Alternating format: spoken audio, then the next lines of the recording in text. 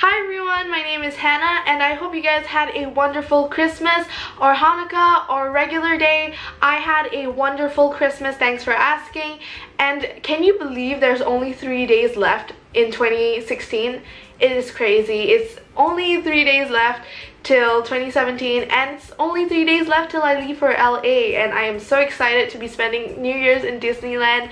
I'll probably have a video going up before I leave, so you'll see me soon before the year ends, don't worry. But for Christmas this year, I received quite a few books and I'm very grateful for all these books, but I have to say most of them are books about writing because a family member of mine knows that I really love to write and they know that I want to be a writer someday, so they bought me I think 5 books about writing, so thank you so much, and thank you to all of the people who bought me books for Christmas because it adds to my bookshelf and it adds to my happiness.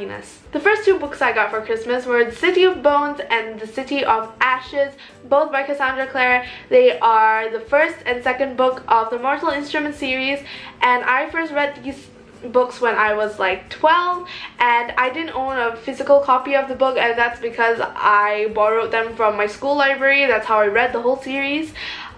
So I only really have a copy of Clockwork Prince, which is the kind of like prequel series, so I'm really happy to be owning the Mortal Instruments series. I don't have the full series, but I have these 2 and I hope to reread them because, as I've said before, I started reading these kind of books when I was like 12, so I didn't really know much about YA. I basically loved everything I read, but now that I'm older, I feel like I have a more like mature sense of reading and like preferences and just a different viewpoint on stories and books. So I'm excited to read these again as a 14-15-year-old, just to see how my mind has changed and if I still love it. I think I'll still love it because I really loved it when I first read it, and it'd be sad if I didn't like it anymore because I have so many memories with these books and they just give me a sense of nostalgia.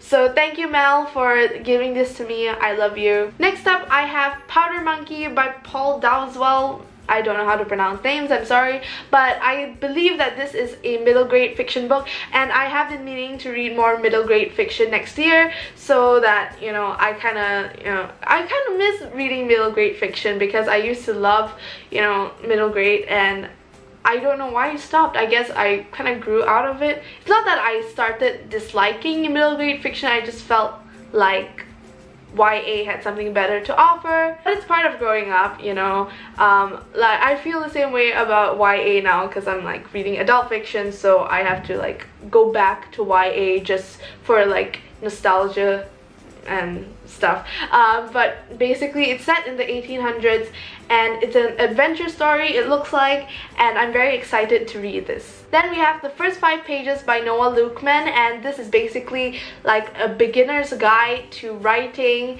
and it talks you through like kind of the technical side of writing, as well as how to like keep your story interesting, how to avoid common errors, and I think this will be really helpful for me because I have like listened to like Jenna Moressi's videos on like writing advice, but I would love to hear some more writing advice because I'd love to advance my skills as a writer, so this will be really helpful. Then we have Blueprint Your Bestseller by Stuart Horwitz, and this focuses more on planning and drafting and that side of the story writing process, and this book apparently has helped authors from both fiction and non-fiction writers across all media, from theater to film to TV, and that's great for me because I would like to write like plays as well as like novels and stuff, so I'll be really looking forward to reading this. The next thing I received was The Right to Write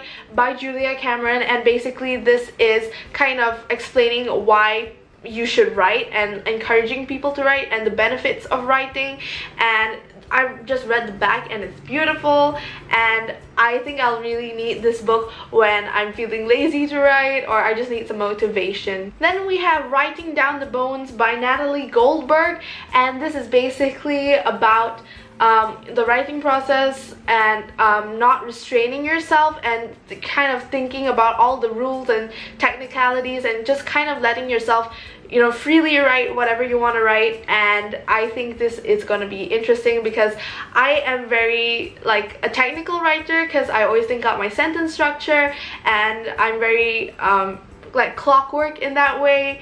So I definitely need some help loosening up my mind when it comes to writing. Finally, we have Write Away by Elizabeth George, and this is basically another book talking about like plot devices and technical stuff and how they work and how you can use them to help better your story, and I'll be very interested to read this. Thank you guys so much for watching. Let me know what books you got for Christmas down in the comments below, and I will see you next time before 2017. So I'll see you. Bye!